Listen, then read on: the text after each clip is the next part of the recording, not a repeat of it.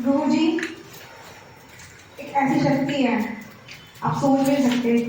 मतलब मरते हुए इंसान को भी खड़ा कर देती है। बहुत बड़ी शक्ति है। विश्वास करो, मेरे बोलती हूँ, विश्वास करो, अंधविश्वास मत जाओ। कोई बोलते हैं ये करना होता है, गुरु जी ये करना होता है, गुरु जी बोलते हैं कुछ नहीं करना, बस 2 बार दिन में मंत्र जाप करना है। जो भी आपको लाइफ में प्रॉब्लम है ना, वो सारी खत्म हो जाएगी आपकी लाइफ में। ये मुझे शिवंकर से सीखने को मिला है। कुछ नहीं करना पुत्र। उनका जो ये वर्ड है ना 15 पुत्र मेरे दिमाग में बैठ गया। 8 बार करने के बाद ना मेरी मतलब शक्ल उनकी शक्ल सामने आती है मेरे को। इतना प्यार, मतलब जैसे मम्मी पापा जो थे ना, पेरेंट्स होते हैं, इतना प्यार वो दिया उन्होंने। आपको बता दो शुक्राना गुरु जी। 3-4 दिन पहले की बात है, मतलब मेरी एनिवर्सरी आज की थी। तो मैंने बोला मुझे ना शिव अंकल से मिलना, शिव अंकल से मुझे ना मिलना, चाहे वो कहीं पर भी सत्संग होगा हो, कहीं भी होगा हो, मैं चली जाऊँगी वहाँ पे।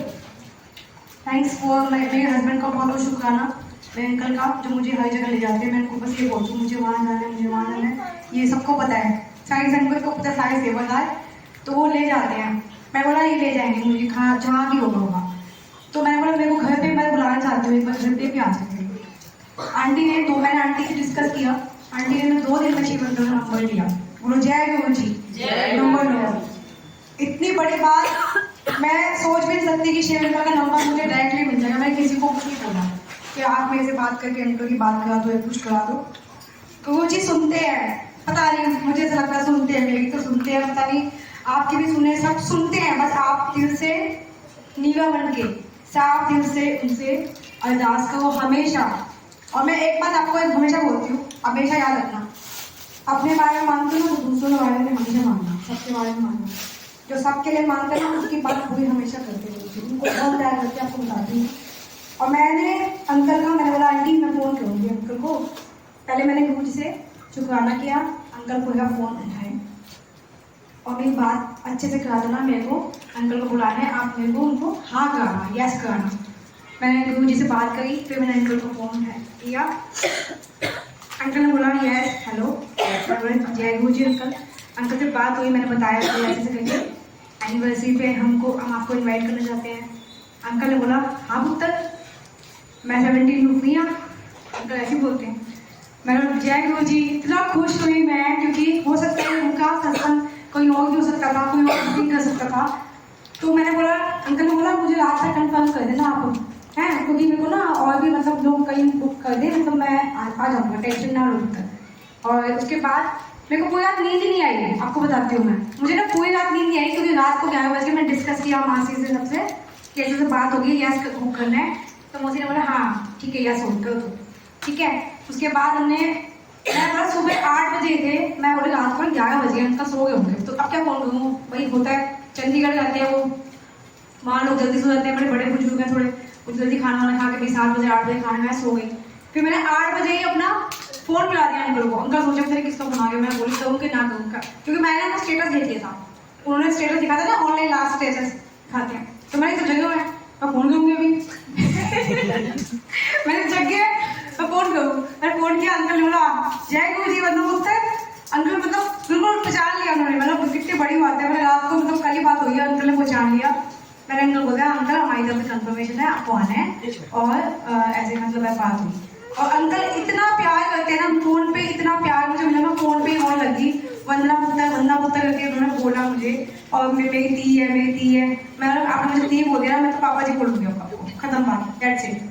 तो उसके बाद हम जब वो आए हमारे घर, हम तो यही सोचा, जैसे आंटी ने बताया, हमको कभी हमें मतलब पता ही नहीं था कि कितना, हमने सोचा ठीक है। मेरी आंटी हमारे ना नोएडा में मंदिर बना हुआ, आंटी ने बोला कि ना भाई आप 70-80 लोग लेके चलो, आपने 50-60 का लेके चला है तो 70-80 तो हो ही जाएगी, 100 तक भी जो हो सकती है। हमें नहीं पता था संगत। अब यकीन मानोगे, जो यहाँ पर आंटी बैठी हुई, आंटी आई थी, हमारा ड्राइंग रूम, हमारे दोनों बेडरूम, हमारे लॉबी, हमारे लिफ्ट, सीढ़ियों पे सारी संगत ऐसे आ गई। और मैं शिवंकर को लेने गई मेट्रो स्टेशन, हम मेरे हस्बैंड और दोनों चले गए, और सुमन का फोन आया, ओ संगत आ गई क्या, ठीक है, अरे चद्दर नहीं है, कुछ नहीं, पढ़ा नहीं है, ये नहीं है, वो नहीं, तू बता मुझे कहाँ की बिछाऊँ मैं, बाहर में ना, तू बाहर लॉबी में बिछा, तू वहाँ बिछा, तो सब जगह बिछा दे, मुझे पता नहीं, सारी जगह और भी चदर लेके आए, शादी के लिए लेके आए। मैं बोली ये क्या हो गया, मैं घबराई, मैंने ये क्या हो गया, फिर माँ हो क्या है, मैं यहाँ पर आ गई हूँ। और ना बार बार होता है ना कि थोड़ा सा अंदर से वो भी होता है, पता नहीं अंकल आएंगे नहीं आएंगे, थोड़ा डर। जब तक मैंने अंकल को देखा नहीं, मेट्रो स्टेशन पे मेरी आंखें वही गड़ी रही, अंकल को तो आगे नहीं आगे, अंकल कहाँ गए था, अंकल की दूर 1 नंबर गेट पे चले गए, 3 नंबर पे आऊंगा। तो उसके बाद बड़े लगा अंकल आ जाऊंगा। जब अंकल आए थे बोले कहाँ, अंकल लिफ्ट से आ गया। मेरे हस्बैंड जब सामान लाएगा तो बैग लेके आए ना, इतनी खुशी हुई, मैं गाड़ी में से निकल गई। अंकल को हक नहीं भाई, पैर छूने मतलब पैर छूने नहीं देते। मैं आपको बता दूं भी आपको मिले तो पैर कभी मत छूना, चाहे उनको हक करो, मैं बोल रही हूँ, हक कर लो, मतलब बहुत बड़ी बात हो जाएगी। तो वहाँ मिले वो बहुत, उनके साथ ना एक संगत आई हुई थी, हस्बैंड वाइफ, मेट्रो स्टेशन पे, सोचो। और उनकी आवाज से उन्होंने पहचान लिया, मैंने शक्ल मतलब हमने देखी नहीं अंकल की, बट हमने आवाज सुनी हुई थी, आवाज से पहचान लिया उन्होंने, ये शिव अंकल है बताओ। और वो उनके साथ आए, मैंने उनको भी मैंने बोला आप भी आना हमारे घर, सत्संग में अभी है 4 to 6। वो घर चले गए, वो दोबारा से आए थे घर जाके, बोले हम आ गए, हमें यहाँ बुला लिया, हमें कोई और जाना था सत्संग में, बट हमें यहाँ बुला लिया। आप यकीन मानोगे, वो जो लम्हा था, वो जो टाइम था, मैं बता रही हूँ, वो रुक जाता, वो समय वहीं पर रुक जाता। आप होते ना, जितने भी संगत बैठी ना, सबके आंखों में आंसू आ जाते। अंकल की सारी जो उन्होंने बताई, सत्संग जो सुनाया, सब रो रहे थे वहाँ पे उनकी बात, गुरु जब छोड़ के गए उनको। और आज भी अंकल 8:30 बजे तक लंगर नहीं बढ़ता था वहाँ पे, सभी लोग दिनों से और ऐसे इतनी शांति से हुआ था, इतनी शांति से लोग सुन रहे थे उनकी बात, मैं बता नहीं सकती आपको कि मतलब इतनी संगत थी और इतनी शांति। उन सब का मैंने धन्यवाद करती हूँ, उनका शुक्राना करती हूँ, जो इतने पेशेंसली बैठे वहाँ पे और सुना उनकी, मतलब ब्लेसिंग सबको मिली। जितने लोग आए थे, मैंने सबको बोला, जितने भी लोग आए ना, आप ब्लेसिंग में से आना, चाहे आंधी आ जाए, तूफान आ जाए, बाढ़ आ जाए, मैंने सबको बोला आना है, बस आना है, शिव अंकल से को आपसे मिलाना है। मैंने अपने लिए नहीं बुलाया, मैंने अंकल को यही बोला कि नोएडा की संगत आपसे मिलना चाहती है, हमारे सारे से बदल मिलना चाहते हैं अंकल, आप प्लीज एक बार आओ। बस अंकल आ गए। और आप यकीन मानोगे, जब उनका सत्संग शुरू हुआ, इतना पॉजिटिवनेस लग रही थी, पूरा इतना पॉजिटिवनेस, मैं बता नहीं सकती आपको। और मैं आपको एक चीज बताती हूँ, मेरी साड़ी भी चली गई थी, मैं नई साड़ी पहनी थी, बट अंकल ने क्या बोला, कुछ नहीं होता, ये कोई कुछ होने वाला था आपके साथ, गुरु जी ने अपना नंबर ले लिया। ये बहुत बड़ी बात है मेरे को, मतलब हमेशा प्रोटेक्ट करते हैं गुरु जी, हो सकता है कुछ होने वाला होगा मेरे साथ, गुरु जी ने अपने नंबर ले लिया।